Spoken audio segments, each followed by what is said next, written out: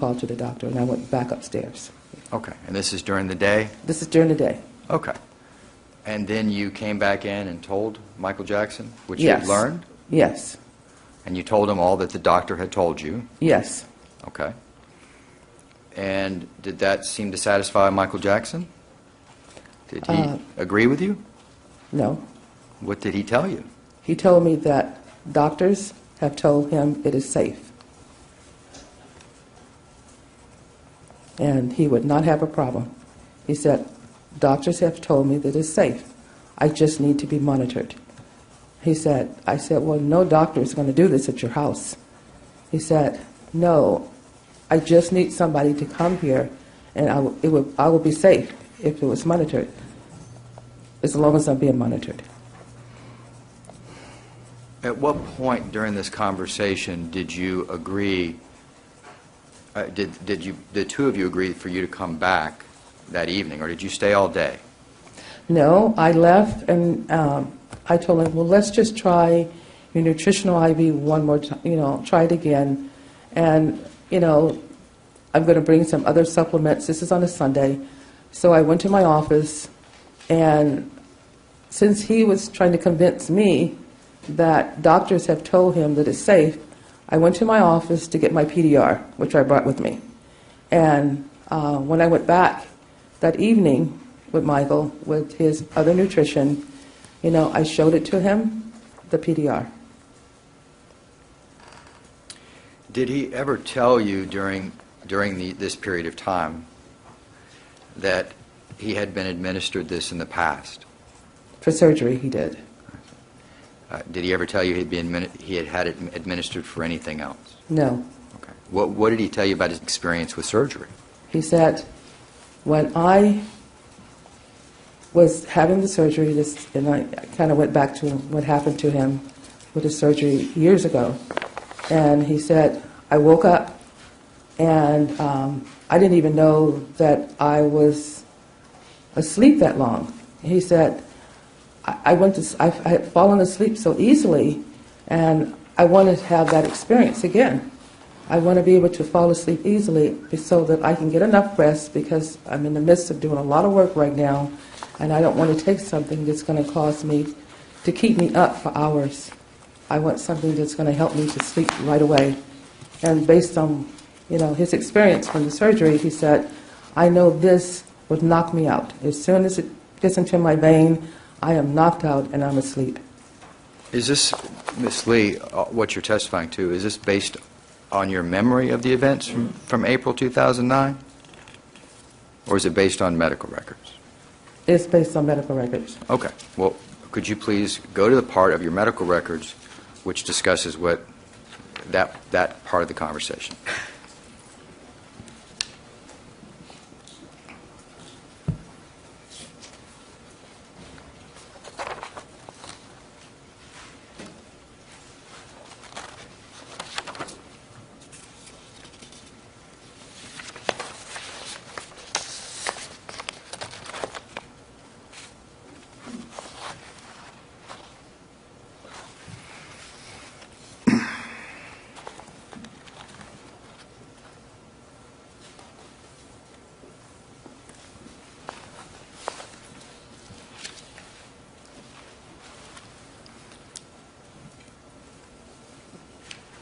I actually don't see it.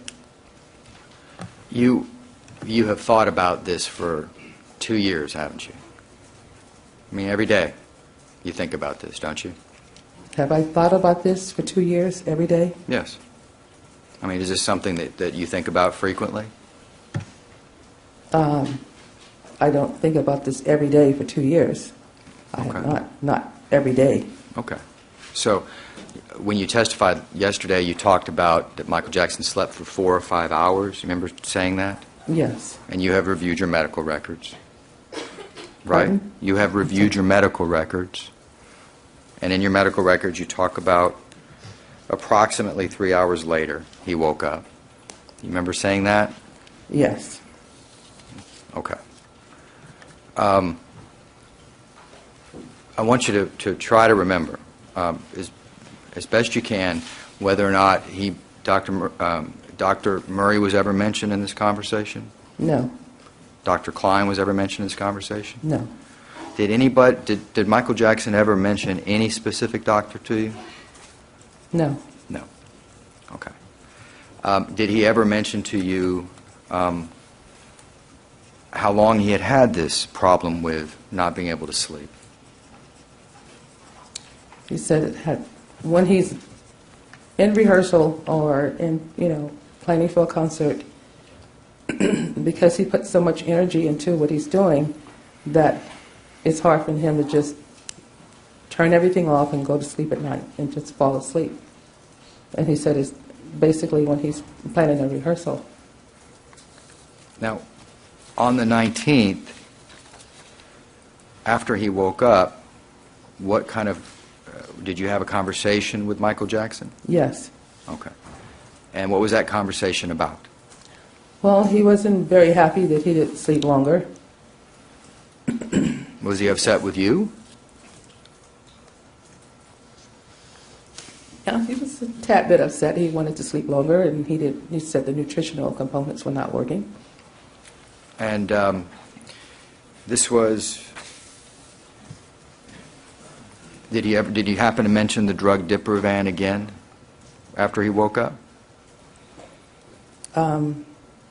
I don't remember. I would have to look at my notes.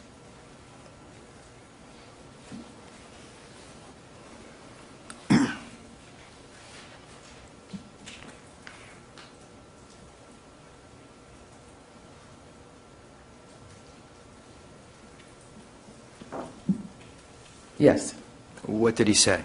He said, I'm telling you, the only thing that's going to help me to sleep right away is the Diprivan. And can you find someone to help me to sleep?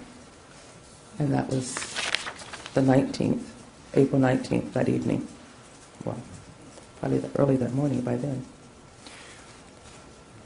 And ultimately, he got up. Michael Yes, Jackson he did. got up. He got up. And he complained that he was complaining when he got up. Is that right? Yes, he was. What did he say? He said, now that I have not been able to sleep all night, this is going to mess up my performance from the day. He said, the only thing that's going to help me is Diprivan, and this is not working. And then he gave you a hug, and you Yes. left. Yes. Did you ever again see Michael Jackson? No, I did not. Did he ever call you to come out to the house again? Michael Jackson himself? No, he did not. Did you ever go back to the house? No, I did not. All right. But if he had called you, you would have? For Right. nutritional support, yes. Okay.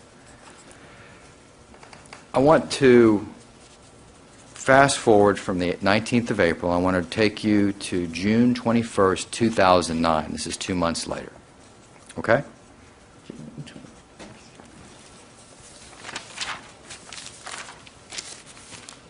You do not have any medical records Oh, to reflect I'm sorry. that, so it's okay. Thanks. Do you remember on June 21st, 2009, getting a call from Fahim Muhammad? Yes. Okay. And do you remember what time you received that call? No, I don't know exactly what time it was. It was that morning of, Of June 21st. yes. And do you know the purpose of the call? Do you know why Fahim was calling you? Fahim, no. Okay. He just called you out of the blue? He called you out of the blue? He called me because he said Michael wanted to see me. Okay. And was it your impression that Michael Jackson was with Fahim Muhammad? Yes. I'm sorry? The objection sustained. The last answer stricken. Disregard, please. Why do you believe? Do you know that Michael Jackson was with Fahim when he called? Yes. Okay. And how do you know? I can hear Michael in the background.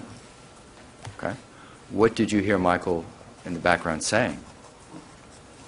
He was telling Fahim, tell her what's wrong with me.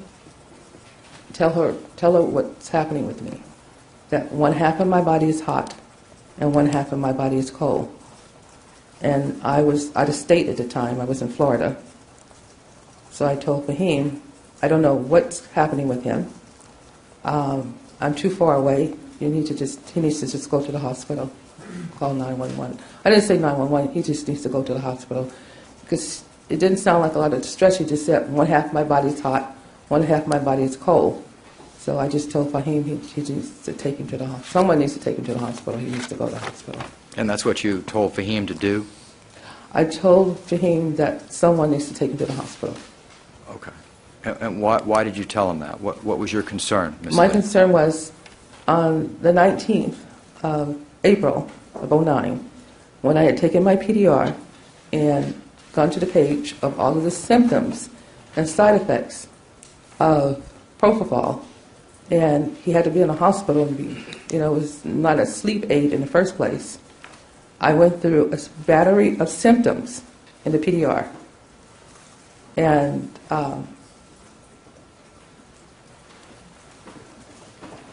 I just kind of felt maybe he realized maybe some of the symptoms, or I really don't know. But I told him he should just go to the hospital. Do you recall speaking to the police about this event? Do you remember talking to the police about this event, June 21st, 2009? I believe so.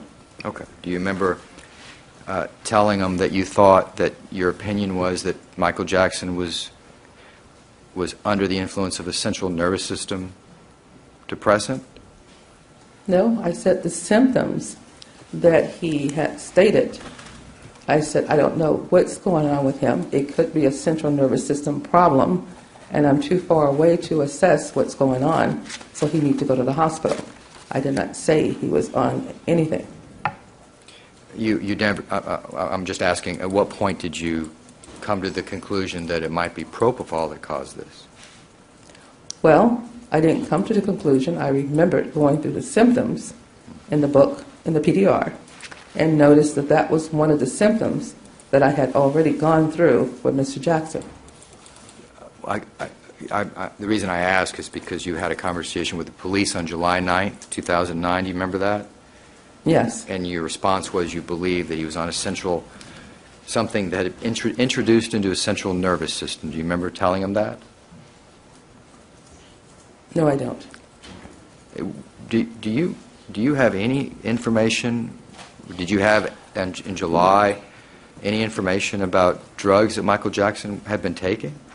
Do I have information of any drugs he had been taking? No. I'm asking you in July 2009 when you made this statement, did you have any information about drugs that Michael Jackson had been taking? No.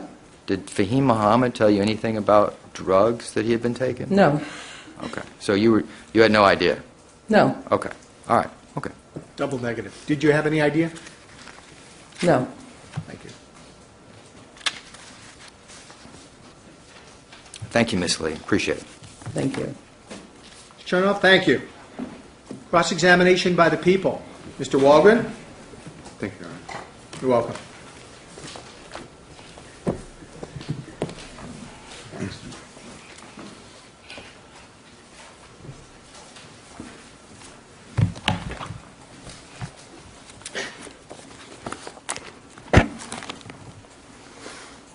Good morning, Ms. Lee.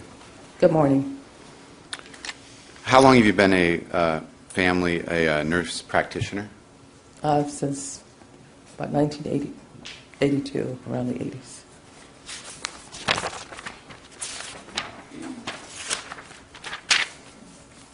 And how long have you studied, or when did you get your PhD in, I believe, was it in holistic medicine? It was holistic medicine, And Clayton School. It was an online program that I did my training from. And what year did you get the degree? I'm really not great with all my dates. It was in the 86, Okay. about 86. Thank you. Now, when you first started trying to help Michael Jackson, I believe on February 1st, 2009, you'd gone out because the kids had cold-like symptoms. Yes, I started with the kids in January 29th. That was my first time going to Michael's house. Okay, and then you went back